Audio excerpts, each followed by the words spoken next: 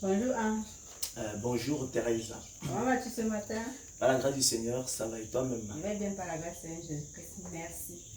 Ange, qu'est-ce que la parabole de la brebis du pauvre nous enseigne-t-elle au sujet de la doctrine biblique du salut? Merci Thérèse pour la question et l'orientation. La parabole de la brebis du pauvre nous est rapportée dans 2 Samuel 11 à 12. Il s'agit de l'entretien que le prophète Nathan a avec le roi David. Le prophète Nathan qui se rend chez le roi David comme émissaire envoyé de l'Éternel pour le confronter à son péché, à la suite de la conduite criminelle du roi David à l'égard de Uri et de son épouse Bathsheba, pour le confronter, je disais, à son péché et le pousser, et pousser le roi David à la repentance. Comme nous le verrons dans la suite, Thérèse, le rapport avec le salut est évident, tant l'analogie semble frappante et saisissante. On y a toute la doctrine biblique du salut est contenue effectivement dans ce récit, dans cette parabole de la brebis du pauvre. On verra, on a les 2 voies de salut attestées par les Écritures, à savoir effectivement la justice sans les œuvres d'une part, qui est intimement liée à l'élection, la grâce, à la prédestination des élus de Dieu, au salut, au choix souverain, au choix discrétionnaire de Dieu, je veux dire. Et d'autre part, on a la loi. Et comme nous verrons, et d'autre part, effectivement, on a la loi. On parlera effectivement de la repentance. La doctrine de la repentance est également abordée. Et comme tu le sais, comme nos téléspectateurs le savent, selon que effectivement l'Éternel, le Saint-Esprit, il a plu à l'Éternel de nous révéler effectivement quelquefois clairement la doctrine, de l'exposer quelquefois clairement dans le Nouveau Testament, mais abondamment en image dans l'Ancien Testament, comme nous le verrons. C'est par grâce que nous sommes sauvés par le moyen de la foi, par le moyen du don de la foi. Cela ne vient pas de nous, mais c'est le don de Dieu. Ce n'est point par les œuvres, afin que personne ne se glorifie, afin que nos chairs, effectivement, ne se glorifient devant Dieu. Donc, nous avons là, effectivement, dans cette parabole de la brebis du pauvre exposée, on a toute la doctrine biblique du salut qui est exposée. Donc, depuis, j'ai dit, la justice sans les œuvres, la prédestination, on aura la repentance. On verra effectivement que c'est un don de Dieu. À travers effectivement cette parabole de la brebis du pauvre, qui est un extrait, je l'ai dit, de l'Ancien Testament, on démontrera une fois de plus ce soir, Thérèse, que comme je ne cesse de le rappeler, l'Ancien Testament véritablement est le livret d'image du Nouveau Testament. L'Ancien Testament est la révélation anticipée du Nouveau Testament. L'Ancien Testament est le miroir, hein, du Nouveau Testament. Hein, selon qu'il est écrit, c'était l'ombre des choses à venir. Hein, mais le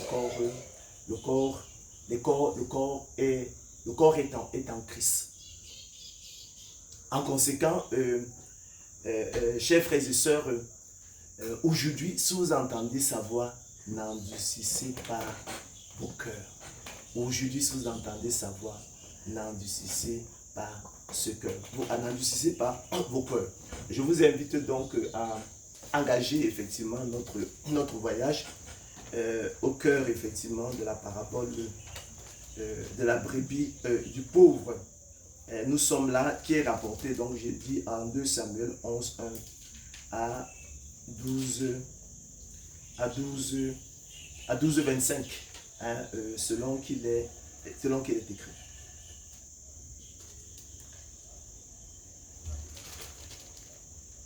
Alors, l'année suivante,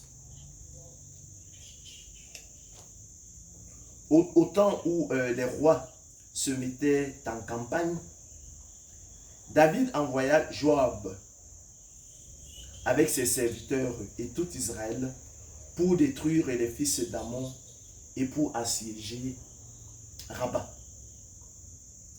Mais David resta à Jérusalem.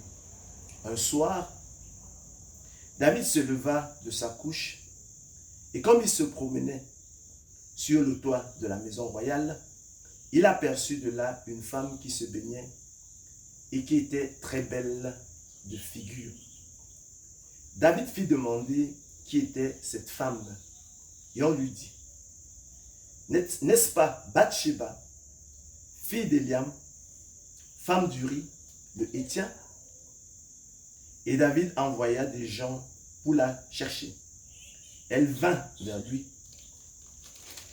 et il coucha avec elle. Après s'être purifiée de sa souillure, elle retourna dans sa maison. Cette femme devint enceinte et elle fit dire à David, je suis enceinte. Alors, David expédia cet ordre à Joab. Envoie-moi Uri le Héthien. Et Joab envoya Uri à David. Pardon. Uri se rendit auprès de David, qui l'interrogea sur l'état de Joab, sur l'état du peuple et sur l'état de la guerre. Puis David dit à Uri, descends dans ta maison et lave tes pieds. Uri sortit de la maison royale et il fut suivi d'un présent du roi. Mais Uri se coucha à la porte de la maison royale avec tous les serviteurs de son maître et ne descendit point dans sa maison. On en informa David et on lui dit, Uri n'est pas descendu dans sa maison. Et David dit à Uri, n'arrives-tu pas du voyage? Pourquoi n'es-tu pas descendu dans ta maison? Uri répondit à David, l'arche et Israël et Juda habitent sous des tentes. Mon seigneur Joab et les serviteurs de mon seigneur campent en rase campagne. Et moi j'entrerai dans ma maison pour manger et boire et pour coucher avec ma femme. Aussi vrai que tu es vivant et que ton âme est vivante, je ne ferai point cela.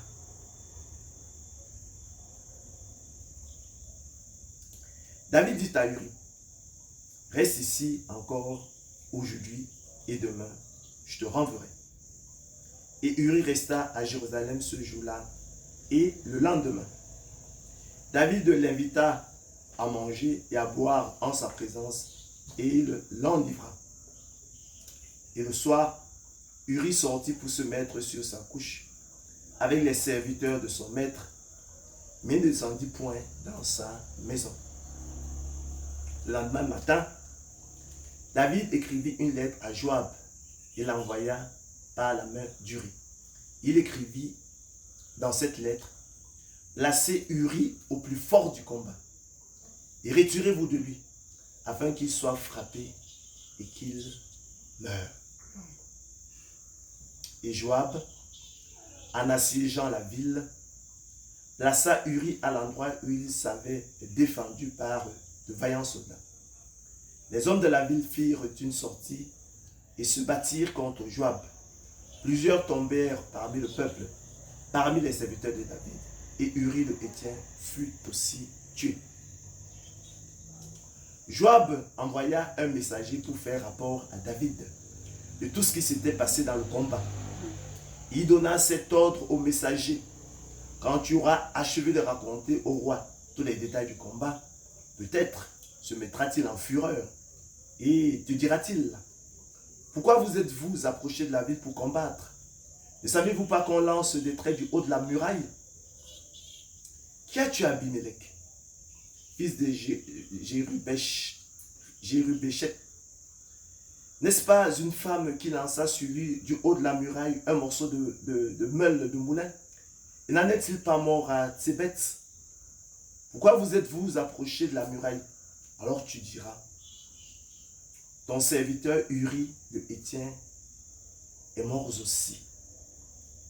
Le messager partit, et à son arrivée, il fit rapport à David de tout ce que Joab lui avait ordonné. Le messager dit à David: ces gens ont eu sur nous l'avantage. Ils avaient fait une sortie contre nous dans les champs et nous les avons repoussés jusqu'à l'entrée de la porte. Les archers ont tiré du haut de la muraille sur tes serviteurs et plusieurs des serviteurs du roi ont été tués. Et ton serviteur Uri le Héthien est mort aussi. David dit au messager: voici ce que tu diras à Joab. Ne sois point peiné de cette affaire, car l'épée dévore tantôt l'un, tantôt l'autre. Attaque vigoureusement la ville et renverse-la, et toi, encourage-le.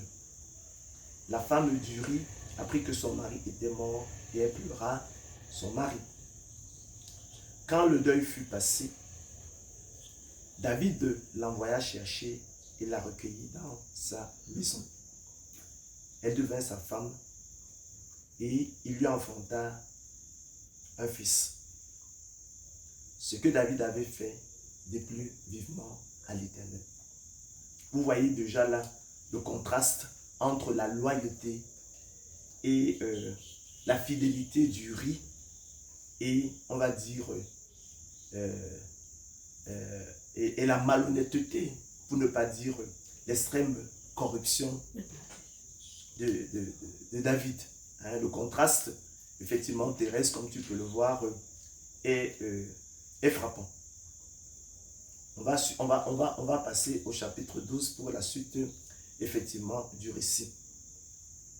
Alors, l'Éternel envoya Nathan vers David. Et Nathan vint à lui et lui dit: il y avait dans une ville deux hommes, l'un riche et l'autre pauvre. Le riche avait des brebis et des bœufs en très grand nombre. Le pauvre n'avait rien du tout qu'une petite brebis qu'il avait achetée. Il la nourrissait et elle grandissait chez lui avec ses enfants. Elle mangeait de son pain, buvait dans sa coupe, dormait sur son sein et la regardait comme sa fille.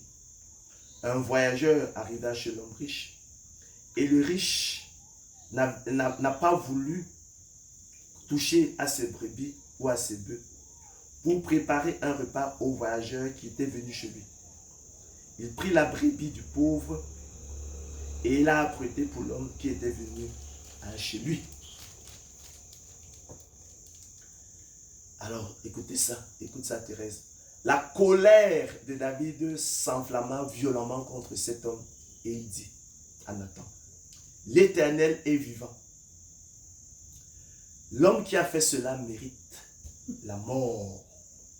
Ah, ça sont les propos de David. Et il rendra 4 brebis pour avoir commis cette action et pour avoir été sans pitié. Et Nathan dit à David, tu es cet homme-là. Ainsi parle l'Éternel, le Dieu d'Israël. Je t'ai oint pour roi sur Israël. Et je t'ai délivré de la main de Saül. Je t'ai mis en possession de la maison de ton maître. J'ai placé dans ton sein les femmes de ton maître. Et je t'ai donné la maison d'Israël et de Juda. Et si cela eût été peu, j'y aurais encore ajouté. Pourquoi donc as-tu méprisé la parole de l'Éternel en faisant ce qui est mal à ses yeux? Tu as frappé de l'épée Uri le Héthien. Tu as pris sa femme pour en faire ta femme. Et lui, tu l'as tué par l'épée des fils d'Ammon. Maintenant, l'épée ne s'éloignera jamais de ta maison. Parce que tu m'as méprisé. Et parce que tu as pris la femme d'Uri le Héthien pour en faire ta femme. Ainsi parle l'Éternel. Voici, je vais faire sortir de ta maison le malheur contre toi. Et je vais prendre sous tes yeux tes propres femmes pour les donner à un autre qui couchera avec elles à la vue de ce soleil. Car tu as agi en secret et moi, je ferai cela en présence de tout Israël et à la face du soleil. David dit à Nathan, j'ai péché contre l'Éternel. Et Nathan dit à David, l'Éternel pardonne ton péché, tu ne mourras point. Donc David dit à Nathan, j'ai péché contre l'Éternel. Et Nathan dit à David, l'Éternel pardonne ton péché, tu ne mourras point. Le rapport avec le salut, je disais ici, Thérèse, est évident, tant l'analogie est frappante et saisissante. David lui-même dira, il donnera cette sentence à la suite, effectivement, du récit par Nathan de la parabole de la brebis du pauvre. L'Éternel est vivant. L'homme qui a fait cela mérite la mort. Donc, l'acte de David était criminel, c'est ce qu'il dira lui-même. Et il ajoutera que l'homme qui a fait cela mérite la mort. Mais vous voyez la sentence de l'Éternel. L'Éternel pardonne ton péché, tu ne mourras pas. D'accord? Le crime de David méritait la mort. Mais dans sa grâce, dans sa bonté, dans sa miséricorde, dans sa pitié, l'Éternel, effectivement, lui fait grâce. Il lui épargne, effectivement, la mort. Selon qu'il est écrit, l'Éternel pardonne ton péché, tu ne mourras pas. Tu ne mourras pas. On a là, je dis, la doctrine biblique du salut dans toute sa splendeur. La justice sans les œuvres. C'est ça qu'on appelle la justice sans les œuvres. Il est délivré de la mort, non en raison. Le roi David, je vais dire, est délivré de la mort, non en raison d'une excellence particulière en lui, mais grâce à la miséricorde de Dieu, à la pitié de Dieu, à la bonté de Dieu, à la grâce de Dieu. C'est ce que l'on appelle la justice sans les œuvres. C'est clair. Il mérite la mort, lui-même l'avait dit. Mais Dieu, plutôt que de lui donner ce que méritent ses œuvres, à savoir la mort, mais Dieu, effectivement, ferme les yeux sur son péché. Dieu efface son péché. Dieu ôte son péché et il le délivre de la mort. Il lui permet, il lui donne la vie, il lui permet effectivement de continuer de vivre. On a affaire là, Thérèse, dans toute sa splendeur, à la justice sans les œuvres. Selon qu'il est écrit, c'est par grâce que vous êtes sauvés, par le moyen de la foi. Et cela ne vient pas de vous, c'est le don de Dieu. Ce n'est point par les œuvres afin que personne ne se glorifie. Donc c'est de ça qu'il est question ici. Et précédemment, David, lorsque effectivement le prophète Nathan le met face effectivement à son péché, hein, il reconnaît en fait son péché. Hein, il reconnaît son péché, hein, selon qu'il est écrit, j'ai péché contre l'Éternel.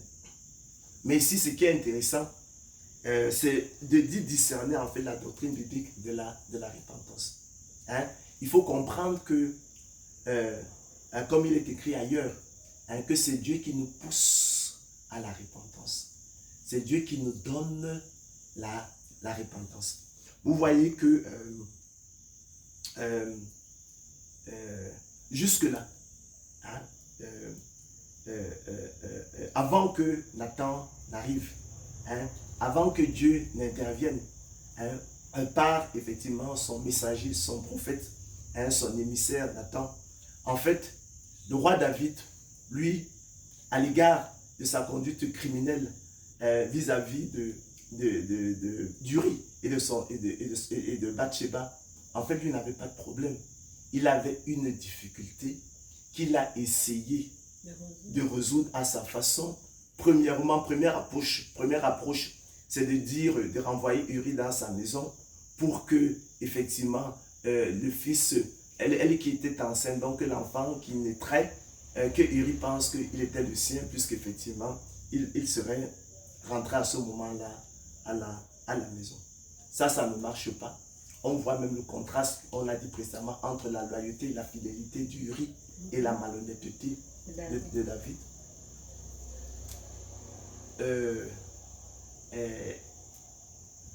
Seconde approche,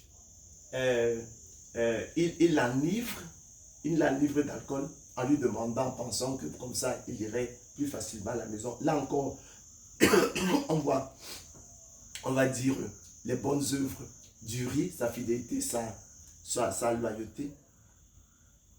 Et en contraste, la malhonnêteté et la corruption du roi David. Là encore, ça ne marche pas. Et puis, il résolut simplement, effectivement, finalement, de le tuer.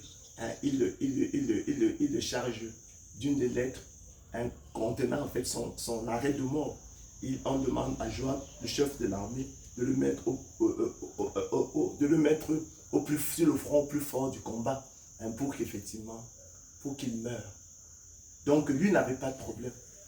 Donc, la repentance qui se produit, en fait, c'est parce que c'est Dieu qui nous pousse à la repentance. C'est lorsque Dieu, hein, lui envoie son émissaire, le prophète Nathan, qui le confronte, qui est confronté à son péché, qu'il reconnaît effectivement son péché, qu'il reconnaît effectivement qu'il sent sa misère, qu'il sent son indignité, qu'il se découvre indigne, qu'il se découvre malade, qu'il se découvre perdu. Sans cette intervention de Dieu, il serait demeuré sans problème. Il a fait venir, après le deuil, il a fait venir Bathsheba, il a pris comme épouse. En fait, la vie se déroulerait comme d'habitude. Donc, c'est le Saint-Esprit qui nous convainc de pécher. Hein? La repentance est un don de Dieu. Hein? C'est ce qui est d'ailleurs clairement indiqué, hein, dans Romains 2, 1 à 4, hein, selon qu'il est écrit que c'est Dieu qui nous pousse à la repentance. D'accord? Donc la repentance est un don de Dieu, contrairement effectivement à ce que effectivement les gens peuvent s'imaginer, parce qu'en fait dans notre monde spirituel, hein, comme l'était le roi David, et avant que effectivement l'émissaire de l'Éternel le confronte à son péché pour le pousser donc à la repentance, il n'avait pas de problème. Pour lui, il n'avait pas de problème. Il avait résolu ça. Donc c'est Dieu qui nous pousse à la repentance selon qu'il est écrit. Et penses-tu, homme, qui juge ceux qui commettent de telles choses et qui les fait, que tu échapperas au jugement de Dieu?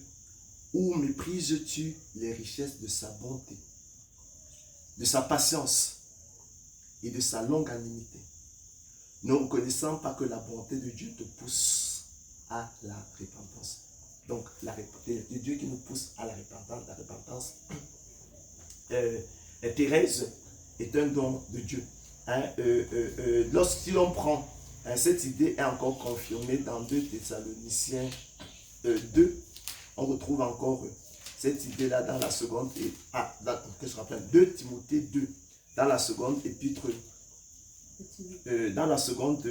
épître de Paul, dans la seconde épître de Paul à Timothée, 2 Timothée 2, 24, selon qu'il est écrit. Ici, il est écrit, il ne faut pas qu'un serviteur du Seigneur ait des querelles. Il doit au contraire avoir de la condescendance pour tous, être propre à enseigner, doué de patience.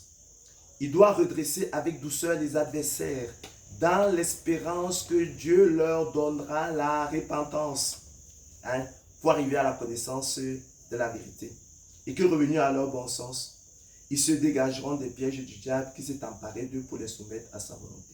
Donc, il doit redresser avec douceur les adversaires dans l'espérance que Dieu leur donnera la repentance pour arriver à la connaissance de la vérité. Donc, c'est Dieu, effectivement, qui nous pousse à la repentance. C'est Dieu qui nous donne la repentance.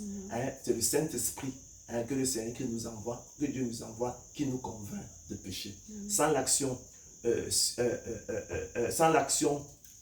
du Saint-Esprit, nous demeurons dans notre mort spirituelle. C'est lui qui nous convainc. C'est lui qui nous convainc de pécher par sa force, sa puissance et avec une pleine persuasion. C'est le rôle ici que jouera donc le prophète Nathan, dont la repentance est un don de Dieu. Ça ne vient pas de l'homme. Dans sa mort spirituelle, l'homme a, je ne dirais pas la conscience morte, mais effectivement, il ne vit pas ces choses, il ne sent pas sa misère. C'est ce dont il est question ici et l'affaire est claire. Donc, c'est Dieu qui lui donne la repentance, c'est Dieu qui lui permet, qui lui donne la repentance, qui lui fait le don de la repentance, c'est lui qui lui fait le don de la nouvelle naissance, c'est Dieu qui renouvelle son cœur pour que, effectivement, il reconnaisse son indignité et son péché. D'accord? Et c'est le même Dieu qui lui pardonne son péché sans tenir compte effectivement de son indignité. On est là au cœur même de la doctrine biblique du salut, qui admet effectivement, comme je l'ai dit précédemment, que c'est par grâce que nous sommes sauvés par le moyen de la foi, et cela ne vient pas de nous, c'est le don de Dieu. Ce n'est point par les œuvres, parce que nous personne ne se glorifie. Donc on a Dieu qui fait le don de la repentance, on a Dieu qui, dans sa pitié, sa miséricorde, efface notre péché, sans tenir compte effectivement de notre indignité, et effectivement, il peut nous donner la vie, et nous épargner la mort, effectivement, que notre vie d'impiété et d'indignité, effectivement, à laquelle notre vie d'impiété et d'indignité, effectivement, nous rend dignes. Et vous voyez, et par la suite, donc, nous verrons le contraste entre la loi et la grâce, la loi et la foi. La loi et la justice sont les œuvres. Vous verrez l'impuissance de la loi à donner le salut, à donner la vie. Vous avez même vu Uri, dont la loyauté et la fidélité contrastent avec la malhonnêteté de David. Mais Dieu n'a pas regardé à cela, parce qu'en fait, Dieu n'est juste pas seul. Toute notre justice, comme l'a dit, je parle de mémoire le prophète, je ne sais pas si je ne veux pas dire de bêtises, toute notre justice est à ses yeux comme un vêtement souillé. D'accord? Donc honnêtement, on aurait logiquement pensé que les bonnes œuvres d'Uri, sa loyauté, sa fidélité, pourraient le sauver. Donc tout ça, ça ne vaut rien aux yeux de Dieu. Vous voyez que sans tenir compte en revanche de la malhonnêteté de David, effectivement, il efface son péché, il ferme les yeux sur son péché. Et cela, c'est selon son propre dessein. Dieu avait un propre dessein à l'égard de David. il avait des projets pour David. Vous savez que le Seigneur Jésus-Christ est appelé le fils de David. Hein? Il est fils de David comment? Par Salomon, hein? Et par sa mère, Bathsheba. Donc, il fallait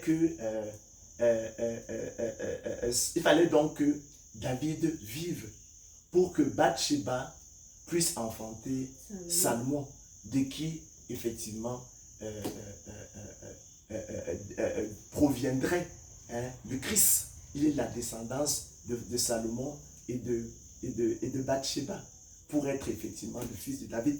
Donc c'était selon le propre dessein de Dieu. Ce n'était pas en raison d'une excellence particulière en David qu'il a effacé son péché. Ce n'était pas en raison de la repentance que l'on dit sincère de David. Non, nous avons vu que c'était Dieu qui l'a poussé à la repentance. Donc on ne pouvait pas considérer cet argument. D'accord? C'était pas l'argument. Dieu avait un propre dessein pour David. Hein? Donc sans tenir compte de son indignité. Mais effectivement, il lui épargne la mort, il lui donne la vie, il lui conserve la vie pour accomplir ses propres desseins à lui. Parce qu'il avait prévu que le Christ serait effectivement fils de David, de la descendance de Salomon et de Bathsheba. C'était en raison de ses desseins à Dieu, et non d'une excellence particulière en David, effectivement, qu'il le ferait. Ça nous plonge donc dans l'élection de la grâce, le choix discrétionnaire de Dieu qui est intimement associé à la prédestination. Dès avant la fondation du monde, le Père avait ce plan. Il y aurait le Fils, son Fils, qui viendrait sauver, racheter ses œuvres. Et ce Fils descendrait, serait fils de David, par Bathsheba et Salomon. Donc, supprimer David, c'était anéantir son propre plan. Donc, en raison donc de son propre dessein et non d'une excellence particulière en David, il fallait que David vive. Nous sommes au cœur des restes de la prédestination. Alors, nous poursuivons notre récit. Alors, David dit à Nathan, « J'ai péché contre l'Éternel. » Et Nathan dit à David, « L'Éternel pardonne ton péché, tu ne mourras point. Mais parce que tu as fait blasphémer les ennemis de l'Éternel, en commettant cette action, le fils qui t'est né mourra. » Et Nathan s'en alla dans sa maison. L'Éternel frappa l'enfant que la femme d'Uri avait enfanté à David. Il fut dangereusement malade. David pria Dieu pour l'enfant et jeûna. Et quand il rentra, il passa la nuit couché par terre. Les anciens de sa maison insistèrent auprès de lui pour le faire lever de terre, mais il ne voulut point, et il ne mangea rien avec eux. Le 7e jour, l'enfant mourut. Les serviteurs de David craignaient de lui annoncer que l'enfant était mort, car ils disaient, voici, lorsque l'enfant vivait encore, nous lui avons parlé et il ne nous a pas écoutés. Comment oserons-nous lui dire, l'enfant est mort? Il s'affligera bien davantage. David s'aperçut que ses serviteurs parlaient tout bas entre eux et il comprit que l'enfant était mort. Il dit à ses serviteurs, l'enfant est-il mort? Ils répondirent, il est mort. Alors, David se leva de terre, il se lava, soignit et changea de vêtements, puis il alla dans la maison de l'Éternel et se prosterna. De retour chez lui, il demanda qu'on lui servit à manger et il mangea. Ses serviteurs lui dirent, que signifie ce que tu fais? Tandis que l'enfant vivait, tu jeûnais et pleurais. Et maintenant que l'enfant est mort, tu te lèves et tu manges. Il répondit, lorsque l'enfant vivait encore, je jeûnais et je pleurais, car je disais, qui sait si l'Éternel n'aura pas pitié de moi et si l'enfant ne vivra pas. Maintenant, puisqu'il est mort, pourquoi jeûnerais-je? Puis-je le faire revenir? J'irai vers lui, mais il ne reviendra pas vers moi. Alors, ici, là, on parle ici, Thérèse, de l'impuissance de la loi. L'impuissance de nos bonnes œuvres, effectivement, à donner la vie. Toute notre justice, je l'ai dit, c'est pas moi qui le dis. L'Écriture le dit, et à ses yeux comme un vêtement souillé. Donc, ici, là, on nous montre que la justice de David, la propre justice de David, ses œuvres, ses jeûnes, ses pleurs, tes lamentations sont restées sans valeur aux yeux de Dieu, n'ont pas donné la vie à son fils. Ça ne donne pas la vie, c'est la poursuite du vent, c'est une quête inutile et sans fin. Donc, selon qu'il est écrit, nulle chair ne sera justifiée devant Dieu par les œuvres de la loi. C'est le ministère de la mort, c'est le ministère de la condamnation, c'est le ministère de la malédiction. D'accord? Nul ne sera justifié devant Dieu par les œuvres de la loi. Donc, on voit bien que la propre justice de David, la justice de David, la justice de la loi, effectivement, est impuissante à donner le salut. Elle est impuissante à donner la vie. Elle n'a pas pu donner la vie, effectivement, au fils de David parce que c'était sans valeur. Par contre, ce qui donne la vie, c'est la bonté de Dieu, comme nous l'avions vu. C'est la grâce de Dieu, c'est la justice sans les œuvres, c'est la foi, c'est l'élection, la grâce, c'est le choix discrétionnaire de Dieu, c'est la prédestination des élus de Dieu au salut. Et non, effectivement, la loi, et non notre justice. Donc, une fois de plus, il faut donc renoncer à notre justice parce qu'elle ne vaut rien. Elle n'est que de la boue aux yeux de l'Éternel. Et nous devons être mendiants de la miséricorde de Dieu. Nous devons espérer que Dieu, effectivement, efface nos péchés, qu'il passe l'éponge sur nos péchés, que sa bonté se déverse sur nous, que, effectivement, et pour cela, cela n'est possible que dans le cadre de l'élection de la grâce, du choix discrétionnaire de Dieu, de la prédestination des élus de Dieu au salut. En allant dans l'impuissance de la loi et puis l'efficacité de l'élection de la grâce et de la prédestination. Donc on a, à travers cette parabole de la brebis du pauvre, on a toute la doctrine biblique du salut dans sa splendeur. Depuis le don de la repentance, l'excellence de l'élection de la grâce, de la justice sans les œuvres, du propre dessein de Dieu, de la prédestination des œuvres de Dieu au salut. Et en contraste, on a parlé effectivement de l'impuissance de la loi. Alors, pour achever notre récit, David consola Bathsheba, sa femme, et il alla auprès d'elle et coucha avec elle. Elle enfanta un fils qu'il appela Salomon et qui fut aimé de l'Éternel. Il le remit entre les mains de Nathan le prophète et Nathan lui donna le nom de Jédidja à cause de l'Éternel. Jédidja qui signifie le bien-aimé, effectivement, de l'Éternel.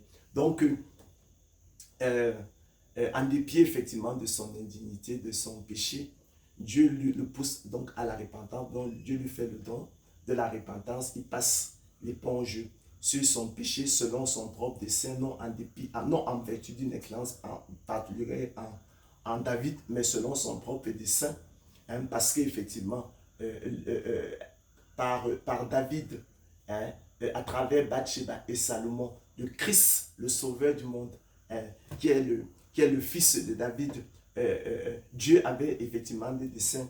À cet égard, Dieu effectivement donc a passé dans sa grâce, sa bonté, sa miséricorde, il a pardonné le péché de David, lui qui méritait la mort, mais qui lui a donné